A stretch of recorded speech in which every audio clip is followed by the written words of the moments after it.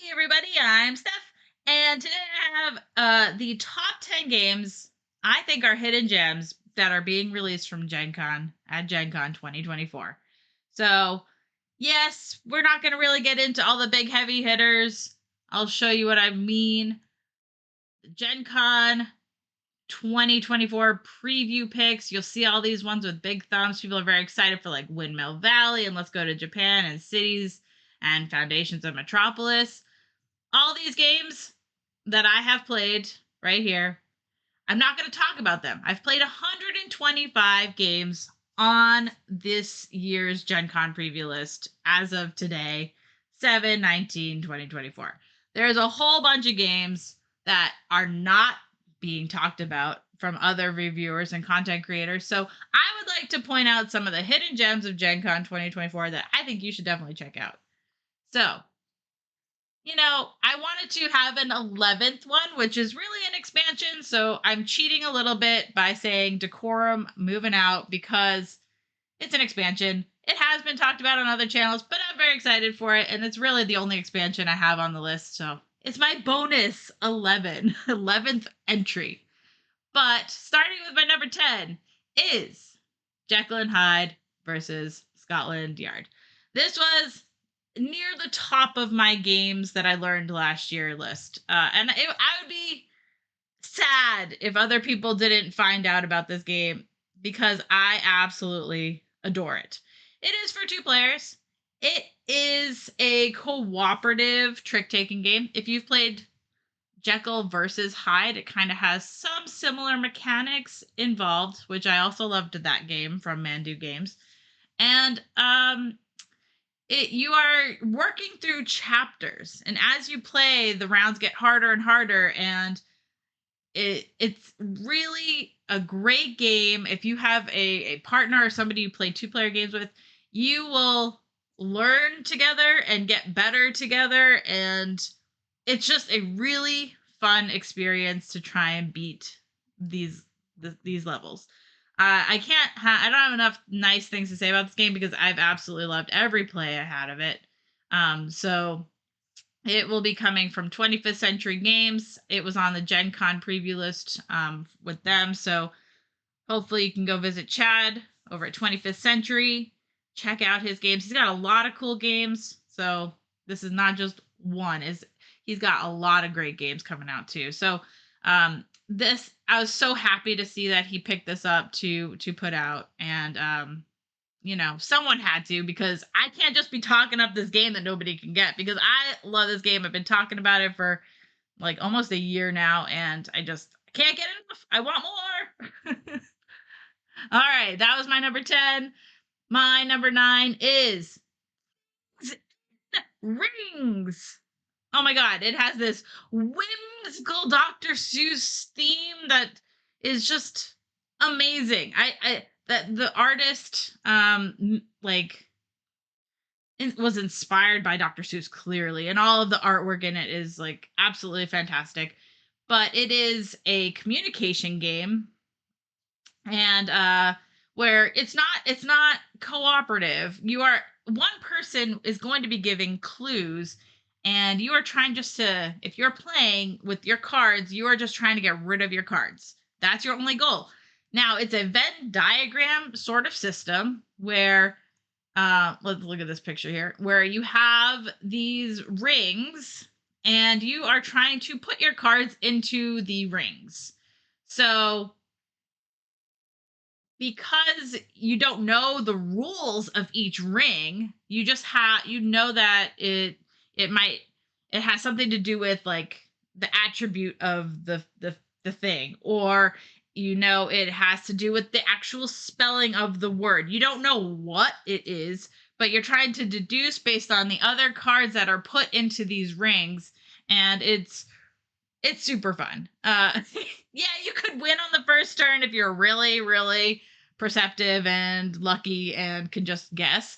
But the challenge isn't to know what the rings represent, but it's kind of fun to still guess at the end of the game. So this is coming from All Play. It's a very small box, actually. It's right behind me here. And I absolutely adore this game. Small box, take it anywhere. Love it. Love it like I love it. So cute. All right, my number 8 is called Stellar Drift. And Mystic Tiger Games, he will be there. Brian will be there, and we actually did a video for this. Actually, every game that I've done a video for, I'll put a link in the chat below, in the comments below.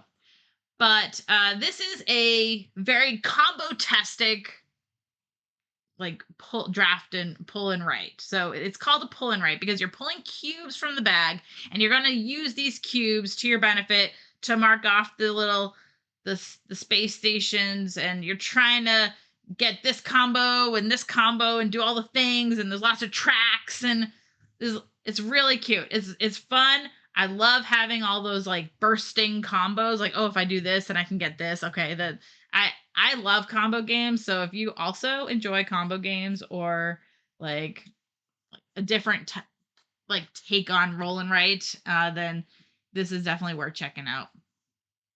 My number 7 is Vampire Village. Okay, Vampire Village doesn't have art that I like. This game is so far from what I would enjoy as visually for a visual looking at a box. I'm not attracted to this game at all. I'm like, oh, I don't know. But Studio H has never disappointed me. So I was very excited to try it.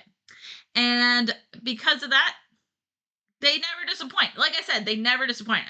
And they didn't. This game is a vicious drafting game. It is mean. The first time I played, I was destroyed. I was my village had like one house with one person. It was like a nightmare. Like I had like the worst game you could have almost.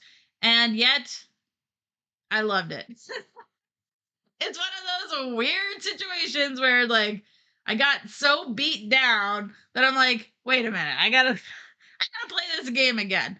And yes, it has a not good feeling, but the game is 25 minutes. It's 20 to 25 minutes. It's so fast, and you do so much in that very short time that it just flies by. The game just goes so fast. And I played it mostly with 2 players. The game is better with more players because it's drafting, and you're gonna the way that one of the phases works is that you have 3 cards. You're gonna have to pass one to your left and your right, and you keep one.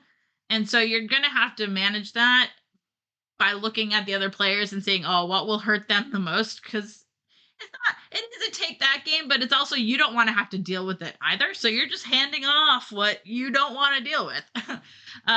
So it's very clever. I really, really like this game a lot. And so I want more people to play this. So hopefully if you go to GenCon, you get a demo of it. Don't be thrown off by it being mean. Just know that you'll do better next time. Okay, my number 6 is Ponzi Scheme. Well, it's actually a new edition of Ponzi Scheme. So crazy. It made me really happy when I saw this coming out at GenCon. I was like, yay, they're redoing Ponzi Scheme. Not enough people, I don't think, have gotten the chance to play Ponzi Scheme. Now, this is a game I first played in 2015, like seems like a million years ago at this point. And then it was then released from Tasty Minstrel later on. So in Ponzi Scheme, you are just trying to stay afloat. You're creating your big old Ponzi scheme, and yeah, you're gonna try and watch everybody else go down, and basically you'll be the last one standing, if you will. It's a game that gives you so many emotions that you didn't even know you had. You're like, well, how do I do it? Like, so you have to fool your way into winning somehow. Like you don't want to give up too much money, but you want to win different things, and it has a weird sort of betting negotiation type of situations going on, and it's really It's different. I've never played anything like this before, and I'm very interested to see the new edition and if they changed anything. But yeah, this game needs to be played by more people because I think a lot of people would like it. But I think it's also very polar opposites, because I think people who do like it, and there will be a ton of people who don't like it, because it does give you a weird feeling. You've never had these kind of interactions in games before, so it can be tough, but it's a good solid game that it deserves to be mentioned. Um Okay, my number 5 is Next Station Paris.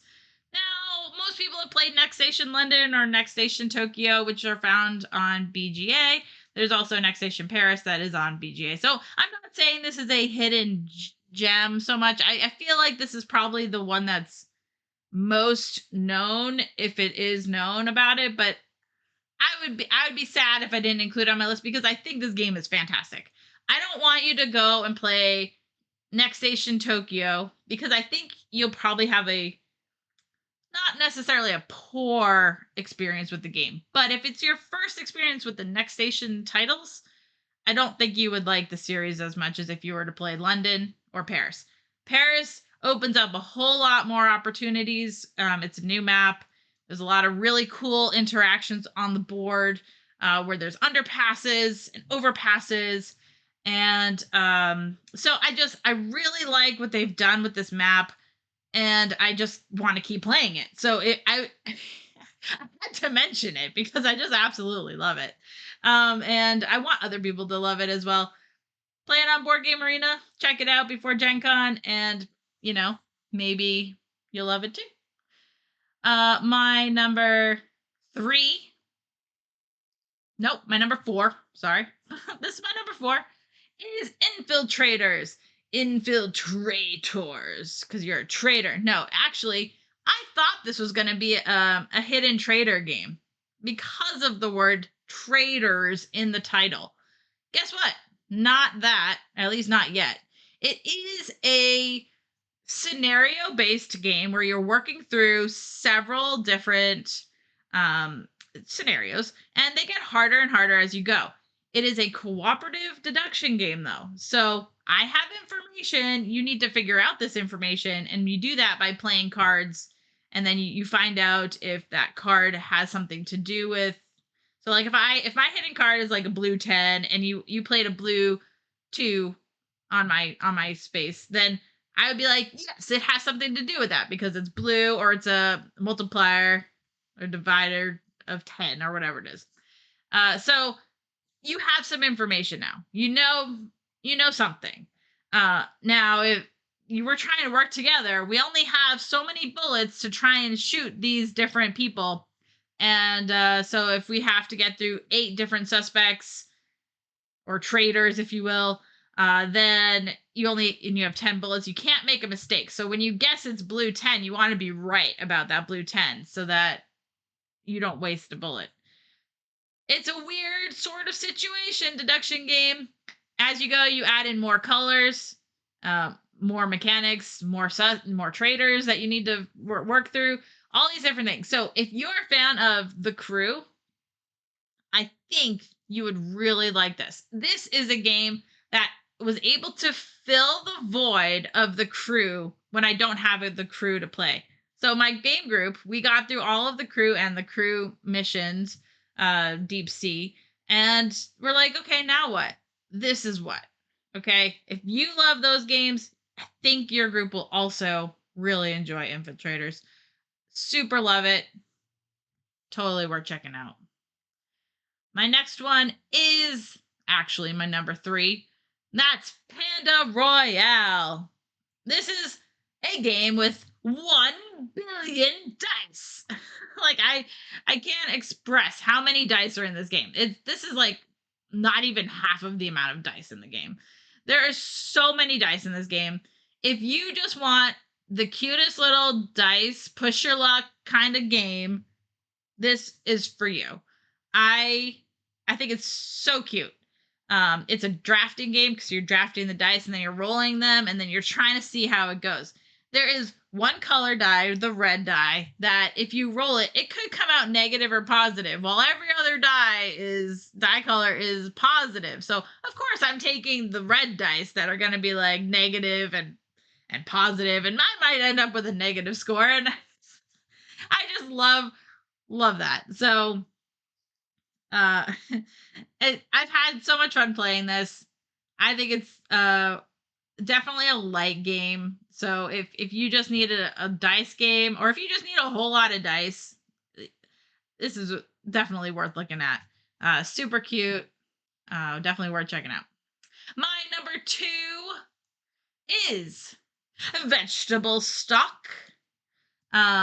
This game took me by storm when Good Game Studio sent it to me last year.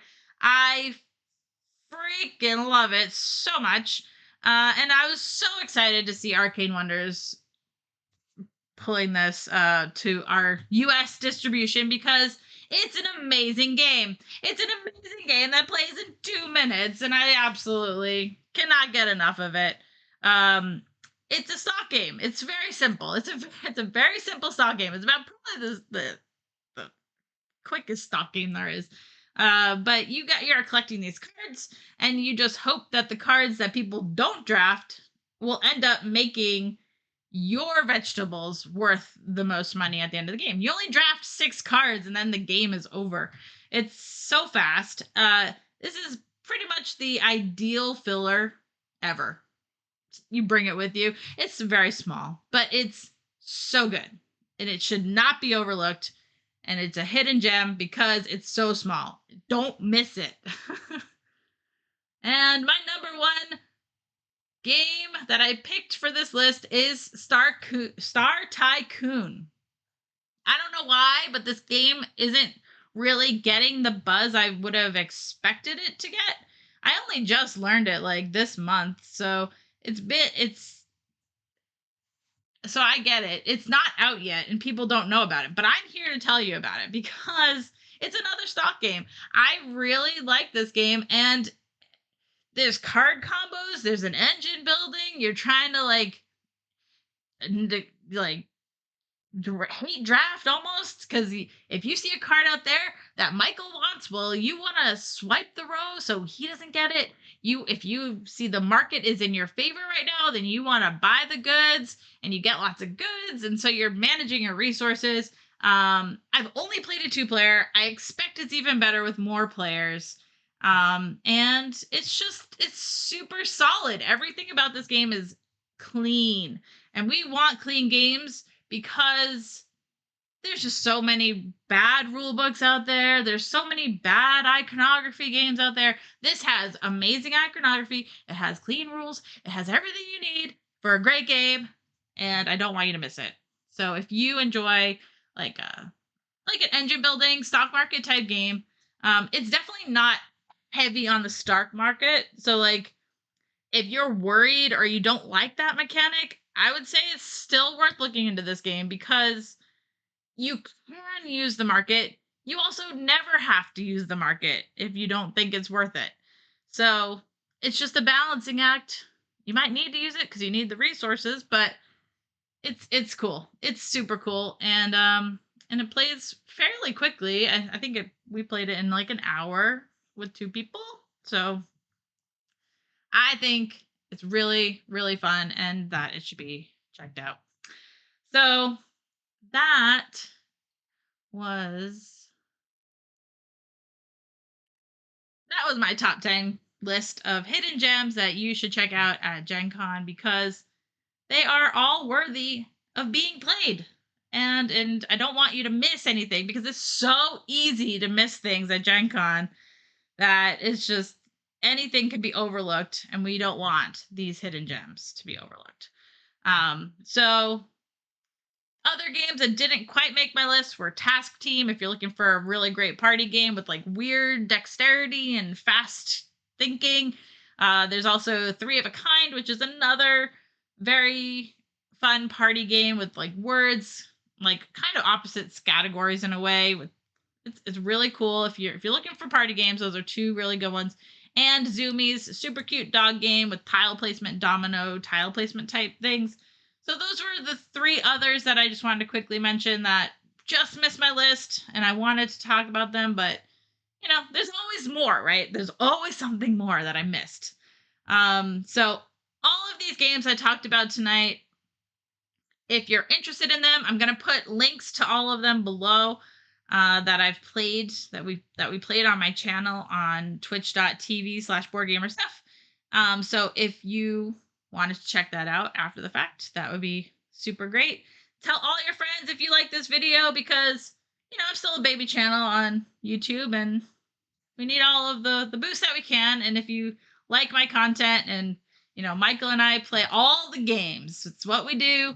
We play it on Twitch every Wednesday and Sunday nights at 5 p.m. Central, where we stream 3 or more games every single time. So please join us on Twitch whenever you can and find out more about more games because we always have more. Always have more to show. So thank you so much for joining me today. And check out my other Gen Con video that I'm going to do in a moment.